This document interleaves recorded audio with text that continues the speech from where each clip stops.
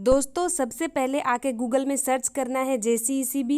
यहाँ पे home page में आ जाएगा वेलकम टू JCECB।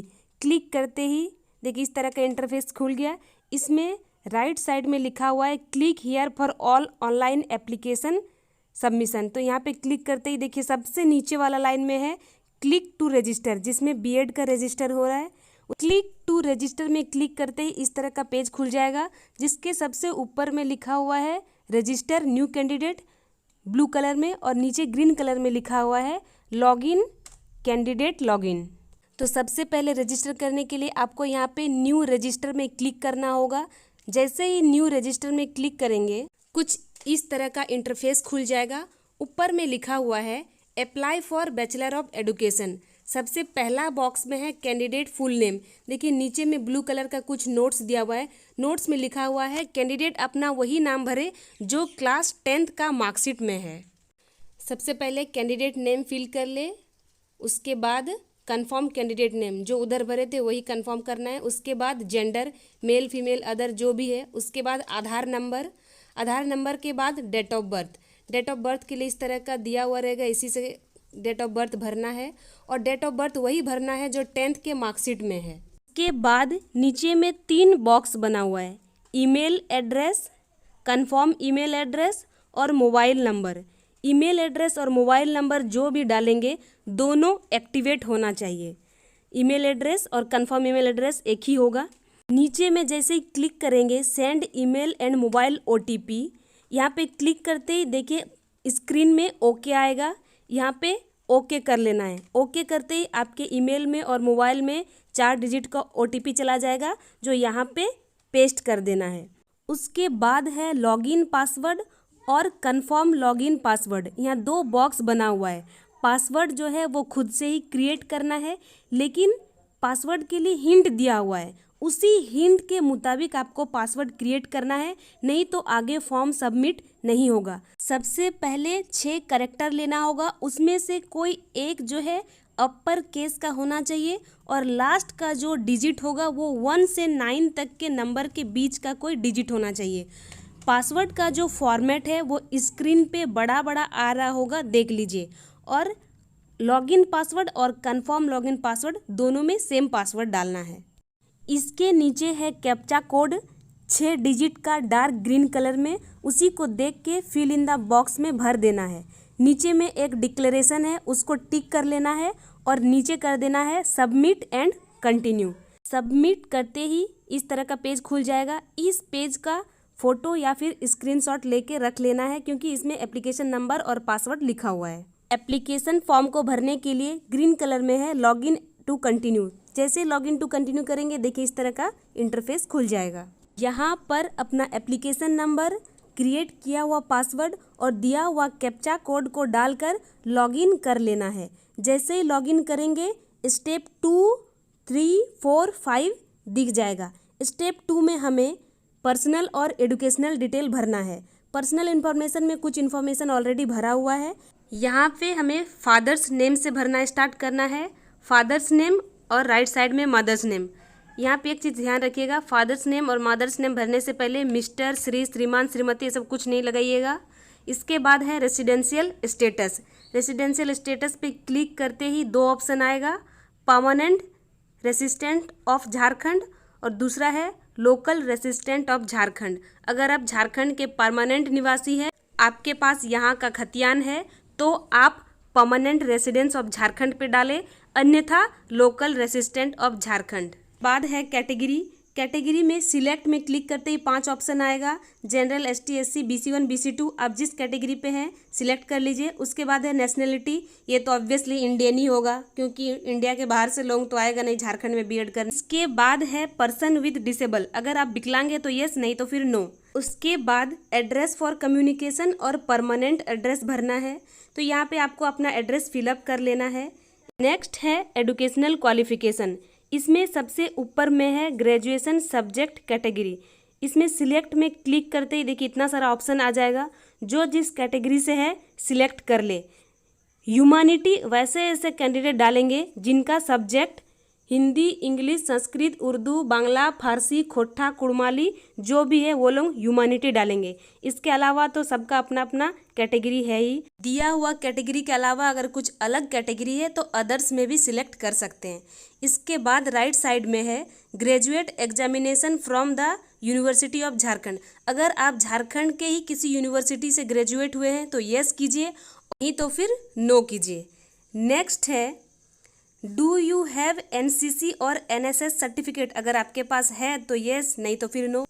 इसके नीचे है ग्रेजुएशन लेवल डिटेल। सबसे पहले है ग्रेजुएशन लेवल एग्जामिनेशन। यहाँ पे आपको अपना ग्रेजुएशन का लेवल बताना है। अगर कोई बीए किया है तो यहाँ पे बीए होगा, कोई बीएससी किया है तो बीएससी, कोई बीकॉम किया है तो बीकॉम। देखिए मैंने बीएससी लिख के ब्रैकेट में मैथमेटिक्स लिखा है, तो सबसे अपना लेवल लिखने के बाद अपना सब्जेक्ट भी लिख देना है। राइट साइड में है ग्रेजुएशन लेवल यूनिवर्सिटी नेम। जिस यूनिवर्सिटी से आप ग्रेजुएशन पास किए हो उस यूनिवर्सिटी का नाम लिख देना है। इसके नीचे है ग्रेजुएशन पास स्टेटस। यहाँ पे सिलेक्ट करते ही दो ऑप्शन आएगा, पास्ट और अपियरिंग। अगर आप अपियरिंग है तो अपियरिंग डालिए और ग्रेजुएट हो चुके हैं तो पास्ट डालिए। राइट साइड में है ग्रेजुएशन रोल नंबर। यहाँ पे ग्रेजुएशन में आपका जो यूनिवर्सिटी रोल नंबर है उसको लिख लेना है। इसके नीचे है ग्रेजुएशन ईयर ऑफ पासिंग। जिस साल आप ग्रेजुएशन पास किए वो ईयर लिखना है।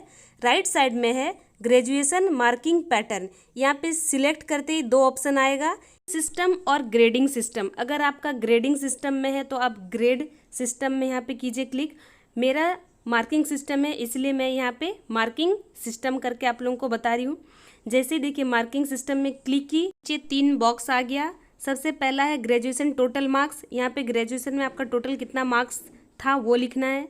उसके बाद ग्रेजुएशन मार्क्स ऑब्टेंड, जो मार्क्स आप ऑब्टेंड किए हो वो मार्क्स लिखना है।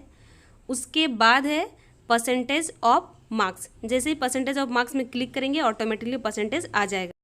उसके बाद है पोस्ट ग्रेजुएशन। यहाँ पे सिलेक्ट का ऑप्शन है, सिलेक्ट में येस या नो है। अगर आप पोस्ट ग्रेजुएट है तो येस, नहीं तो फिर नो। आगे पोस्ट ग्रेजुएशन लेवल डिटेल। यहाँ पे देखिए सबसे फर्स्ट है पोस्ट ग्रेजुएशन लेवल एग्जामिनेशन। अगर आप एमए किए हैं तो वहाँ पे एमए और ब्रैकेट में अगर आप हिस्ट्री से एमए किए हो तो हिस्ट्री होगा। अगर आप पॉलिटिकल साइंस से किए हो तो ब्रैकेट में आपको पॉलिटिकल साइंस भरना है। मैंने एमएससी मैथमेटिक्स से किया है इसलिए एमएससी मैथमेटिक्स लिखी हूँ। राइट साइड में post graduation level university name, तो जिस यूनिवर्सिटी से आप पोस्ट ग्रेजुएट किए हो उस यूनिवर्सिटी का नाम लिखना है। नीचे है पोस्ट ग्रेजुएशन पास स्टेटस। यहाँ पे भी अपियरिंग और पास दोनों है। अगर आप पास्ट हो तो पास्ट, अगर अपियरिंग चल रहा है तो अपियरिंग। राइट साइड में post graduation roll number. Post graduation में आपका यूनिवर्सिटी में जो रोल नंबर था वो यूनिवर्सिटी रोल नंबर यहाँ पे लिख लेना है। इसके जस्ट नीचे है किस साल आप पोस्ट ग्रेजुएट पास हुए हो। राइट साइड में है पोस्ट ग्रेजुएशन मार्किंग पैटर्न। तो फिर दो ऑप्शन है, मार्किंग सिस्टम और ग्रेडिंग सिस्टम। मेरा मार्किंग सिस्टम था इसलिए मैंने मार्किंग सिस्टम किया है। जिनका ग्रेडिंग सिस्टम है वो ग्रेडिंग सिस्टम करेंगे।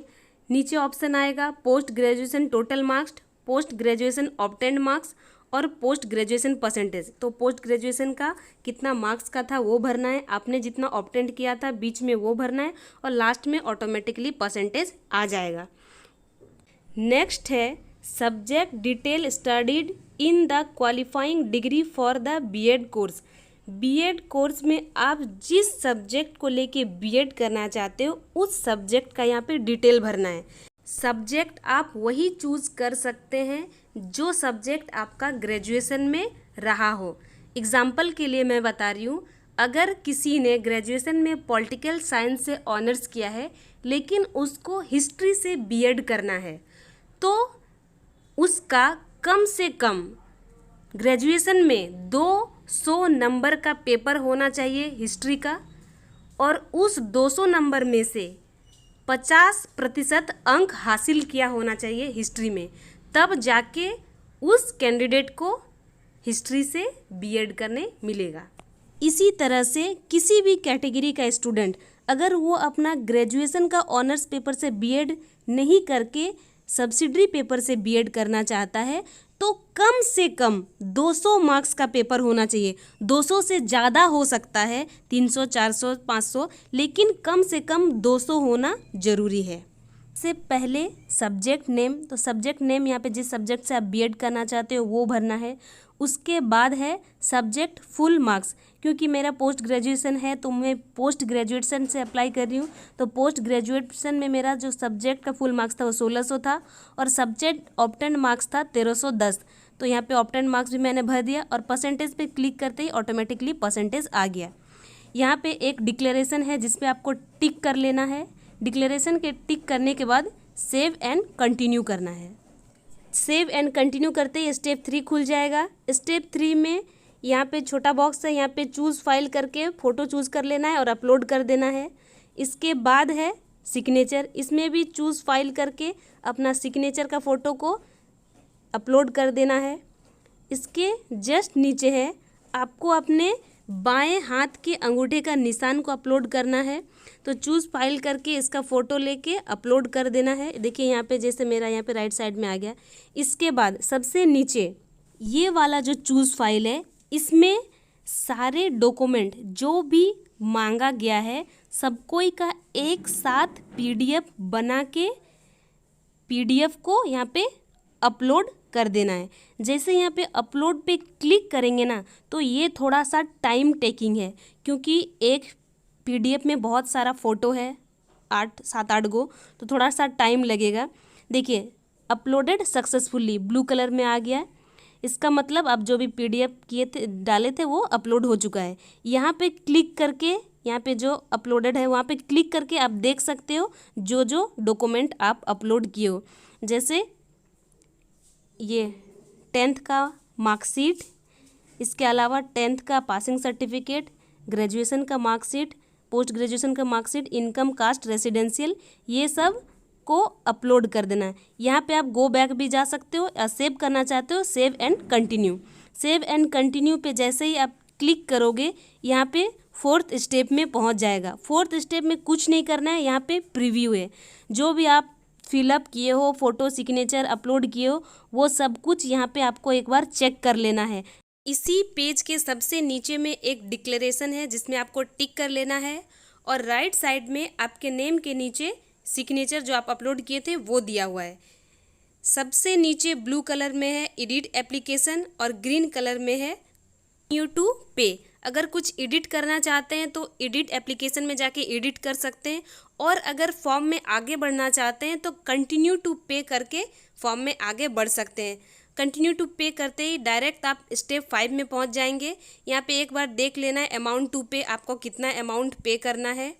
इसके बाद आगे क्लिक टू पे करना है। क्लिक टू पे करते ही debit card, credit card, QR code, UPI, बहुत सारा ऑप्शन आएगा, किसी से भी आप पेमेंट कर सकते हैं। पेमेंट जैसे डन हो जाएगा उस पेज का स्क्रीनशॉट लेके रख लेना है। उसके बाद पेमेंट सक्सेसफुल होने के बाद एप्लीकेशन फॉर्म जो आएगा, एप्लीकेशन फॉर्म का प्रिंट आउट निकाल के रख लेना है। जिस किसी भी कॉलेज में आपका एडमिशन होगा तो जब भी आप एडमिशन होने के लिए जाएंगे तो इसी एप्लीकेशन फॉर्म का प्रिंट आउट आपको मांगेगा, इसीलिए फॉर्म जैसे ही भर जाता है एप्लीकेशन फॉर्म का प्रिंट आउट निकाल के रख लीजिए। फ्रेंड्स, आप लोग सोच रहे होंगे कि मैंने आगे पेमेंट क्यों नहीं किया, वो इसलिए क्योंकि मेरा तो बीएड हो चुका है, मैं झूठ मूठ का पैसा वेस्ट नहीं करना चाहती थी, इसलिए फॉर्म को इतना ही दूर भरी। आप लोगों को वीडियो हेल्पफुल लगा है, इन्फॉर्मेटिव लगा है तो लाइक ज़रूर कर दे ताकि मेरा वीडियो और लोगों तक भी पहुंच सके। और इस चैनल से जुड़ने के लिए चैनल को सब्सक्राइब करके बेल आइकन को दबा के रख लीजिए। कुछ भी डाउट हो तो कमेंट सेक्शन में कमेंट करके पूछ लीजिए, मुझे जहाँ तक पता होगा मैं आप लोगों को बताने का कोशिश करूँगी। Thank you.